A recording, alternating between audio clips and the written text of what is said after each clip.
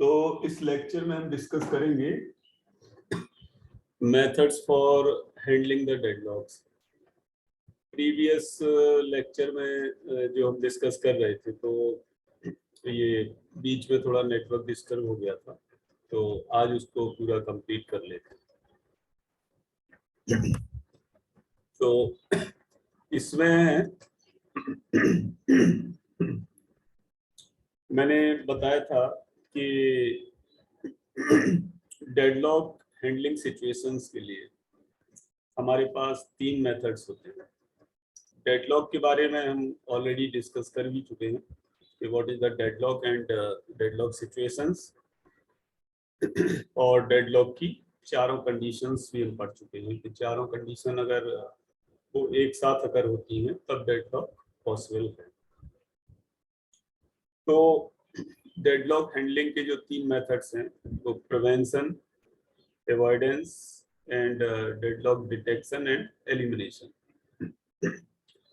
तो प्रिवेंशन का मतलब ये है कि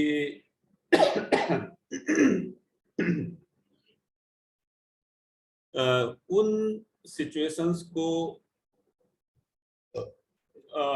एक तरह से रिस्ट्रिक्ट करना, ब्लॉक करना, जिनकी ऐसी सिचुएशन जिनमें कि प्रोसेसेस जो रिसोर्स को रिक्वेस्ट करते हैं, डेडलॉक सिचुएशंस पॉसिबिलिटी के लिए। मतलब ये है कि प्रोसेसेस हमारे रिसोर्सेस के लिए रिक्वेस्ट करते हैं और कुछ तरीके ऐसे हैं प्रोसेस के रिसोर्सेस को रिक्वेस्ट करने के रिगार्डिंग कि जिनमें डेडलॉक की पॉसिबिलिटी होती है। तो कहने का मतलब ये है कि प्रोसेसेस का रिसोर्सेस की रिक्वेस्ट के लिए जो तरीके, जिन तरीकों से डेडलॉक होने वाला है उनको हम ब्लॉक कर देंगे, रिस्ट्रिक्ट कर देंगे। ओके, तो now how this is possible, कैसे ये पॉसिबल है? तो ऑब्वियसली कि अगर कंप्यूटर साइंस की बात कर रहे हैं हम तो हमें क्या है कि प्रोटोकॉल्स डिजाइन करनी पड़ेंगे। मतलब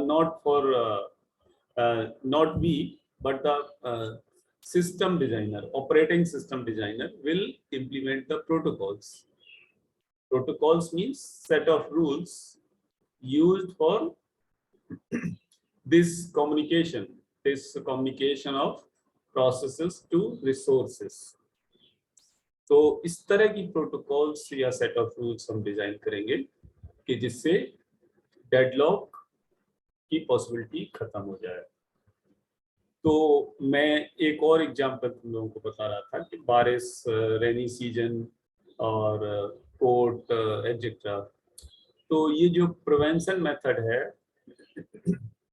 ये उस तरह की सिचुएशन के रिगार्डिंग है जिसमें हम बाहर निकलते हैं छाता लेके। ठीक है, मतलब बारिश हो रही है तो हम बारिश को जिस तरीके से हम भीग सकते हैं, ठीक है, उन तरीकों को हम अवॉइड करेंगे। तो हम भीग सकते हैं तो हम छाता लेके निकलेंगे।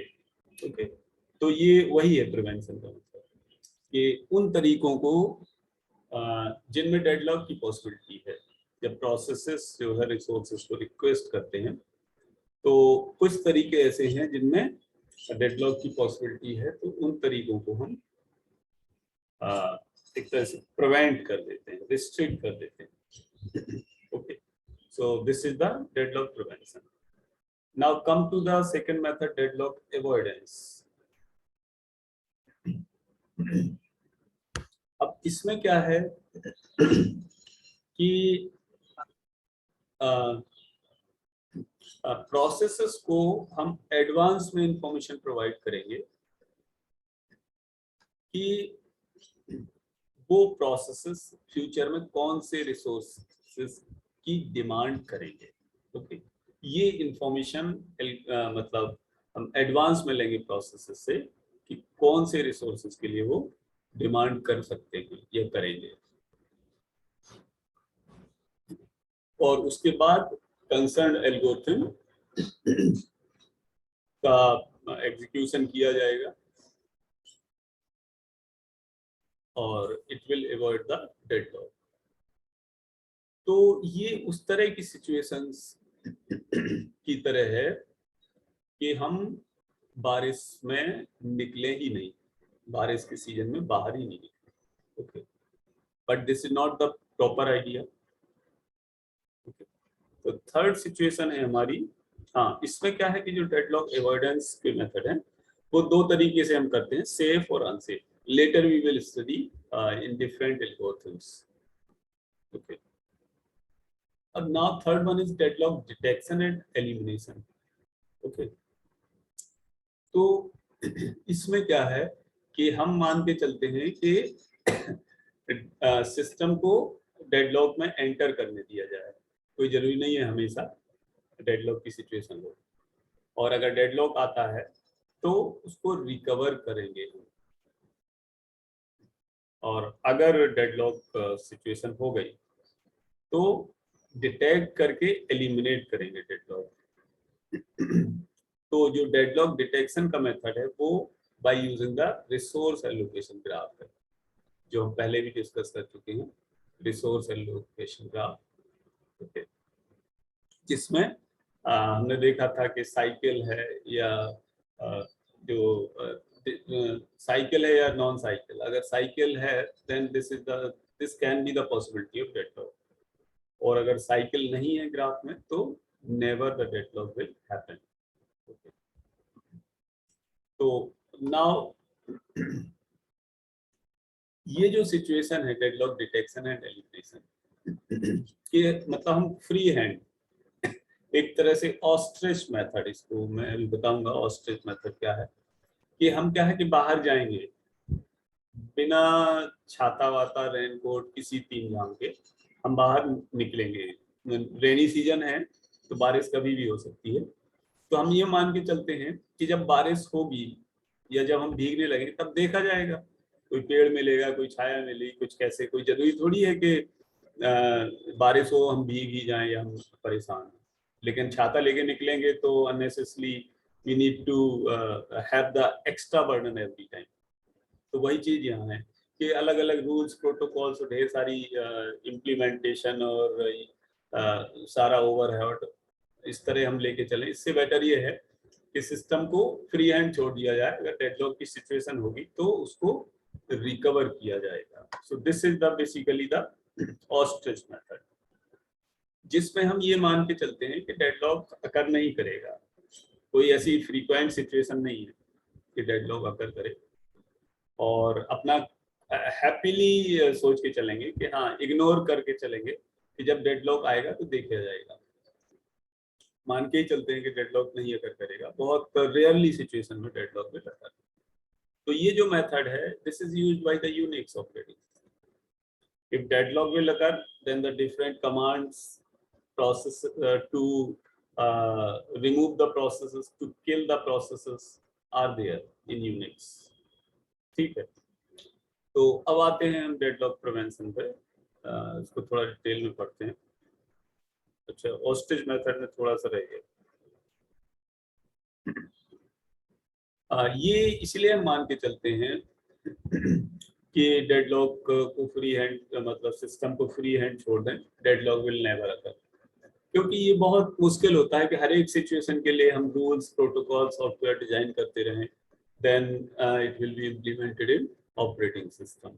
ठीक है, तो ये सारे हेडेक से बचने के लिए, जैसे बारिश में है तो इसका इक्विवेलेंस वही है कि हम बारिश में निकल रहे हैं फ्री हैंड बिना छाता रेनकोट के। ठीक है, तो हर एक सिचुएशन के लिए सॉफ्टवेयर डिजाइन करना, प्रोटोकॉल डिजाइन करना, इट्स नॉट क्वाइट इजी, बहुत सारी सिचुएशंस हो सकती हैं।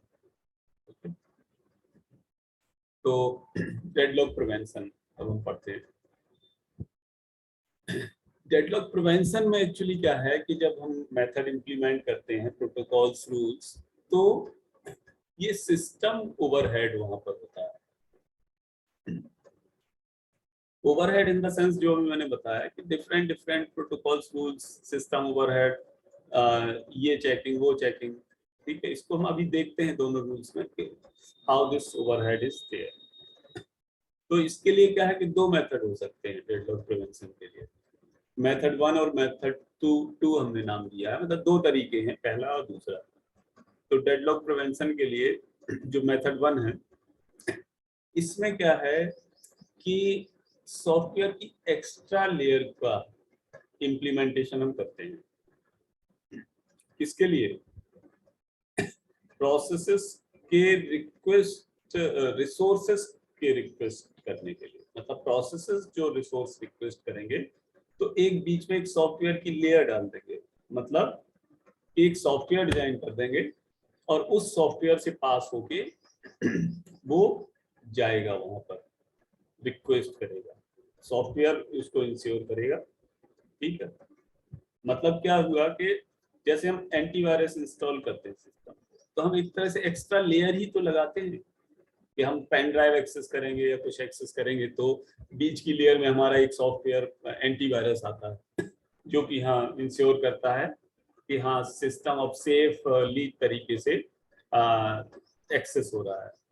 ओके, तो यही लेयर जो है एक्स्ट्रा लेयर, ये एक तरह से कि सॉफ्टवेयर की कि जिस जो ये चेक करेगा कि जो रिसोर्स रिक्वेस्ट हो रहे हैं प्रोसेसेस के द्वारा वो एक सेफ तरीके से हो रहे हैं।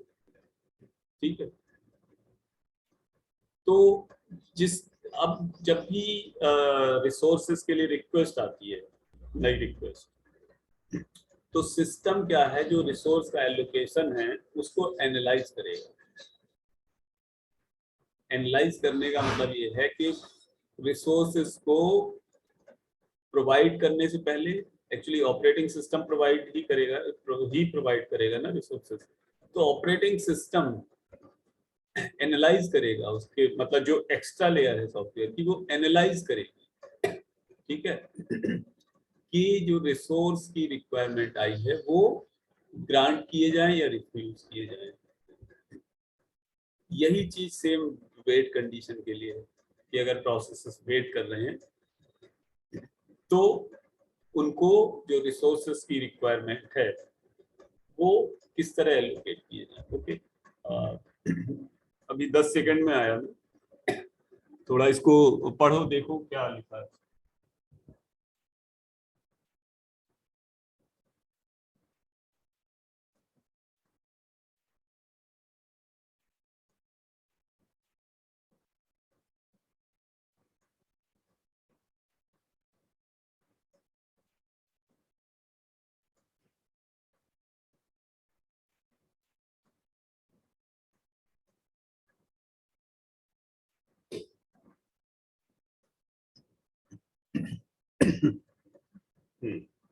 ठीक है, तो ये मेथड 1 क्लियर हो गया। अब हम चलते हैं मेथड 2 की तरफ। हाँ, इसमें क्या है, मेथड 1 में प्रॉब्लम क्या है? इसमें प्रॉब्लम ये है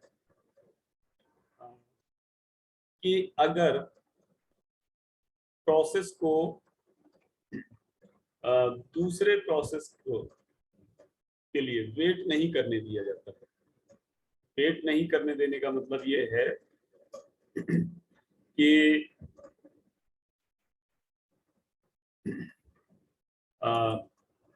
जो रिसोर्सेस एक प्रोसेस लिए हुए है और दूसरे प्रोसेस को हम अलाउ नहीं कर रहे हैं कि वो वेट करे। अगर लेयर अलाउ करती है, मतलब जो एक्स्ट्रा सॉफ्टवेयर अलाउ करता है ठीक है, नहीं अलाउ करता है ठीक है रिसोर्सेस वगैरह, तो फिर क्या हो सकता है? इसमें क्या होगा कि अगर रिसोर्सेस नहीं एलोकेट किए जाएंगे तो जिन प्रोग्राम्स को या प्रोसेसेस को रिसोर्सेस की रिक्वायरमेंट है वो हमारे रिजेक्ट या टर्मिनेट हो जाएंगे। ओके, और जिसके कारण एरर कंडीशंस जनरेट होंगी। अब चलते हैं मेथड 2 पर। ओके, तो मेथड 2 जो है हमारा वो क्या है कि जितने भी प्रोसेसेस हैं वो एडवांस में ये डिक्लेयर करें कि कितने रिसोर्सेस की रिक्वायरमेंट है उनको, ठीक है। पहले से ही वो ऑपरेटिंग सिस्टम को डिक्लेयर करें कि कितने रिसोर्सेस उनको रिक्वायर्ड है, ओके।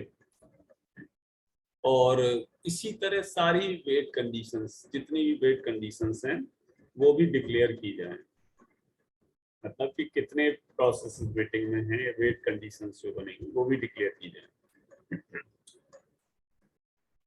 तो सिस्टम क्या है, अब एनालाइज करेगा कि जब भी नए प्रोसेस मेमोरी में आएंगे तो सिस्टम अब एनालाइज और री एनालाइज करेगा कि सिस्टम के मतलब रिसोर्स के एलोकेशन के लिए और जो संभावित समस्याएं हैं, पॉसिबल प्रॉब्लम्स, ओके, उनको देखेगा।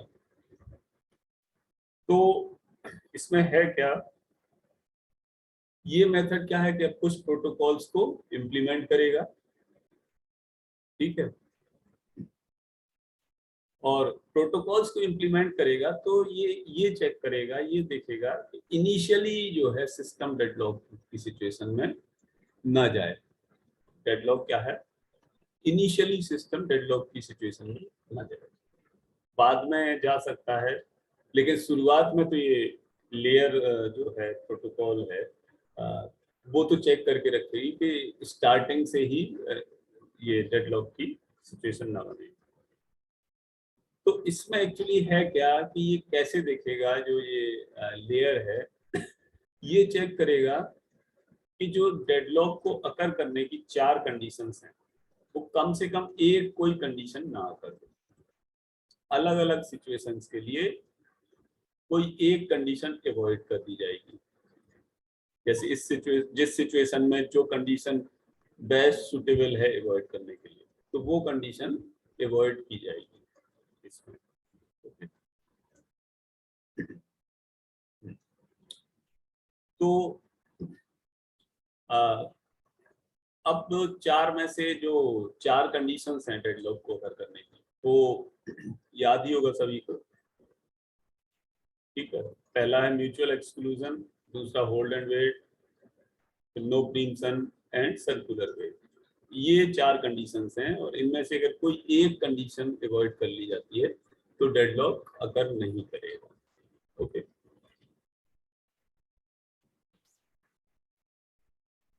तो आगे हम देखते हैं कि इन 4 कंडीशंस को कैसे अवॉइड करेंगे। तो म्यूचुअल एक्सक्लूजन को अवॉइड करना है। अवॉइड करने का मतलब कि इस तरह की सिचुएशन जिसमें एक प्रोसेस ही एक रिसोर्स को यूज कर सकता है, वो अवॉइड करना है। मतलब एक तरह से रिसोर्सेस को हमें शेयर कराना है, एक ही आदमी नहीं रिसोर्स को पकड़े रहेगा, ठीक है। ऐसा नहीं कि लाइब्रेरी से अगर बुक इशू हो गई तो एक ही आदमी के पास बनी रहे वो सालों साल। इट शुड बी शेयर्ड, ठीक है।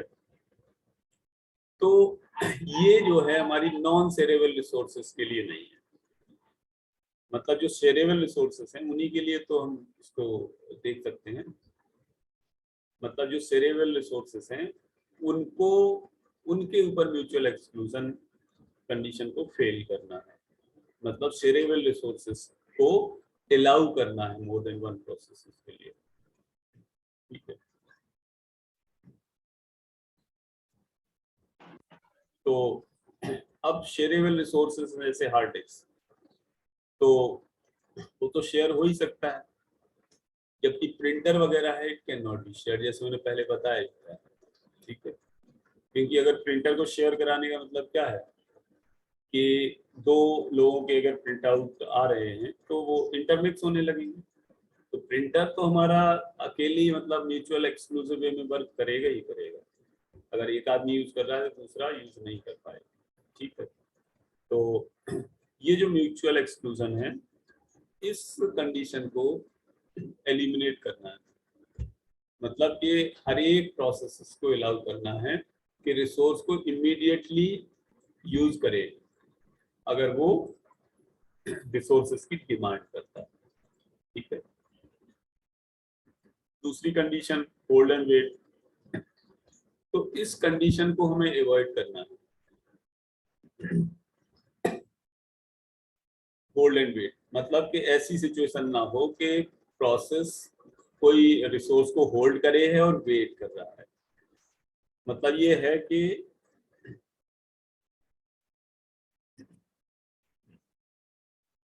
तो जब भी प्रोसेस कोई एग्जीक्यूशन स्टार्ट करे, मतलब प्रोसेस जब चलना स्टार्ट करे, तो उसको वेटिंग वाली सिचुएशन ना आने दें, यानी उसको एडवांस में या एग्जीक्यूशन से पहले ही सारे रिसोर्स प्रोवाइड करा दें, वेटिंग कंडीशन ही ना आए, उसको वेट करना ही ना पड़े। वेट करेगा तो होल्ड करे रहेगा, तो इससे अच्छा एक साथ ही उसको स्टार्टिंग में ही सब रिसोर्सेज प्रोवाइड करा दिए जाए। तो अब इस होल्ड एंड वेट कंडीशन को प्रिवेंट करने के लिए हम यहाँ चेक करेंगे कि जब कोई प्रोसेस है हमारे रिसोर्सेज के लिए रिक्वेस्ट करे, जब कोई प्रोसेस रिसोर्सेज के लिए रिक्वेस्ट करे तो इसके पास में कोई और रिसोर्स ना हो। ठीक है, मतलब ये रिक्वेस्ट तभी करे जब ये होल्ड ना कर रहा हो। होल्ड एंड वेट कंडीशन को हमें फेल करना है, तो ये रिक्वेस्ट करते टाइम किसी प्रोसेस को होल्ड ना करे। मतलब ये है कि प्रोसेस को तभी अलाउ करना है रिसोर्स की रिक्वेस्ट के लिए जब इसके पास कोई रिसोर्स ना हो, ऐसी सिचुएशन में ये रिक्वेस्ट करेगा। तो ऐसे केस में क्या होगा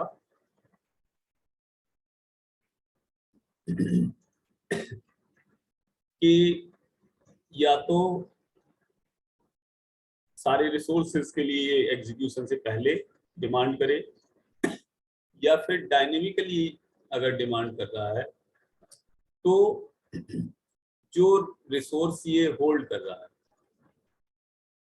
तब कि होल्ड कर रहा है, उन सबको रिलीज करे पहले। तो कोई प्रोसेस तभी डिमांड करेगा रिसोर्सेज के लिए जब इसके पास कोई रिसोर्स होल्ड ना हो रहा हो। अगर होल्ड हो रहा है तो उन सबको पहले वो रिलीज करे ऑपरेटिंग सिस्टम, तब डिमांड करे। ठीक है, नन और ऑल, या तो कोई नहीं या सभी रिसोर्सेस। ठीक है, तो इस तरह की सिचुएशन। तो इसमें अब क्या प्रॉब्लम आ सकती है होल्ड एंड वेट कंडीशंस में? इसमें देखो दो प्रॉब्लम आ सकती है। पहला तो लो रिसोर्स यूटिलाइजेशन, दूसरा स्टारवेशन। लो रिसोर्स यूटिलाइजेशन ऐसे है कि इसमें जो एग्जैक्ट इसका नेचर है वो क्या है, इसमें क्या है कि जब रिसोर्सेज की डिमांड होगी, मतलब हम क्या कह रहे हैं कि सारे रिसोर्सेज को प्रोसेस को स्टार्टिंग में ही दे दिया जाए। ठीक, होल्ड एंड वेट को अवॉइड करने के लिए। तो इससे क्या होगा कि कोई रिसोर्स जो एकदम लास्ट में यूज होना है वो उसको पहले ही प्रोवाइड किया गया, कर दिया गया प्रोसेस को, तो वो यूज तो हो नहीं रहा है, वो यूज तो कोई और रिसोर्स हो रहा है, लास्ट तक प्रोसेस उसको होल्ड करे रहेगा। ठीक है, तो लो रिसोर्स यूटिलाइजेशन हुआ ना कि रिसोर्स यूटिलाइज तो हो नहीं रहा है, और अगर ये प्रोसेस उस रिसोर्स को ना पकड़े होता, स्टार्टिंग में ना दिया गया होता, तो कोई और प्रोसेस को वो रिसोर्स दे दिया जाता, और जब इस प्रोसेस को रिसोर्स की रिक्वायरमेंट होती तब उसको ये तब इस प्रोसेस को वो रिसोर्स प्रोवाइड करा दिया जाता। ठीक है, कहने का मतलब ये है कि प्रोसेस किसी रिसोर्स को लास्ट तक रखते हुए स्टार्टिंग से एक बार में ही सारा सब कुछ उसको प्रोवाइड करा दिया गया। ठीक है, मतलब ये है कि आदमी को एक बार ही थाली में सब कुछ दे दिया गया कि वो ना डिमांड करेगा ना वेट करेगा। ठीक है, जो उसको जितनी भूख लगी है, जो जरूरत है, वो सब उसको दे दिया गया। ठीक, तो इसमें क्या है कि रिसोर्स को होल्ड करे रहेंगे प्रोसेस, जबकि उनको तुरंत जरूरत नहीं है, जरूरत हो सकता है थोड़ी देर बाद हो। तो इसमें रिसोर्स यूटिलाइजेशन हमारा कम हो जाएगा। हम बचा तो रहे हैं डेडलॉक कंडीशंस, ठीक है, होल्ड एंड वेट की कंडीशंस को हम अवॉइड कर रहे हैं, लेकिन उससे हमारा नुकसान ये हो रहा है कि रिसोर्स की जो यूटिलाइजेशन है वो लो हो रहा है, क्योंकि जो भी प्रोसेसेस चल रहे हैं वो सारे रिसोर्सेज को एक साथ पहले ही उनको प्रोवाइड करा दिए गए। तो जो जिनको जरूरत होती थी वेट डिमांड कर लेते थे, फिर यूज करके फिर रिलीज कर देते थे, वो वाली सिचुएशंस आदान प्रदान इसमें खत्म है। और दूसरी जो प्रॉब्लम है वो है स्टारवेशन। स्टारवेशन मतलब होता है, इंग्लिश में मीनिंग है भूखों मरना, ठीक है। तो इसमें क्या है कि अब जैसे मैंने बताया कि प्रोसेसेस जो है स्टार्टिंग में ही रिसोर्सेस को होल्ड करे हुए हैं, ठीक है। तो जो दूसरे प्रोसेसेस को वो रिसोर्स चाहिए, उन रिसोर्स के लिए तो वो स्टार्व कर रहा है ना, वेट कर रहा है एक तरह से कि बैठा हुआ है, खाली बैठा हुआ है। इसको कंप्यूटर की लैंग्वेज में स्टारवेशन या भूख मरना मतलब कि उसके लिए लगातार वो हंग्री है उस रिसोर्सेस के लिए। जो कि ये प्रोसेस मतलब अगर कोई दो प्रोसेस हैं ए और बी, तो ए को हमने सारे रिसोर्सेस दे दिए जो उसकी रनिंग के लिए, जो कि हमें नहीं करना चाहिए था, लेकिन हमने केवल डेडलॉक की कंडीशन होल्ड एंड वेट को अवॉइड करने के लिए दे दिए उसको, ठीक है। तो वो उसको पूरे टाइम पकड़े रहेगा उस रिसोर्स को, तो इससे जबकि यूज तो थोड़ी देर के लिए करना है, और अगर केवल जरूरत के टाइम उसको दिया जाता तो वो रिसोर्स दूसरे के द्वारा यूज हो जाता। तो ऐसे प्रोसेसेस जिनको जिनको जरूरत है रिसोर्सेस की, वो स्टार्व करते रहेंगे क्योंकि दूसरे प्रोसेसेस हमारे रिसोर्सेस को परमानेंटली होल्ड किए। Okay, so by this we have completed the lecture for deadlock handling methods, ठीक है। now it's the time to take the attendance, और अगर किसी को कुछ पूछना है तो पूछ सकते हो, freely you can ask, कोई प्रॉब्लम नहीं है।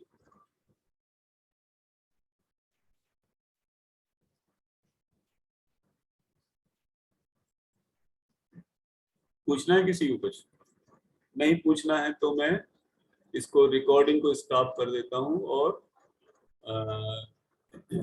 ये अटेंडेंस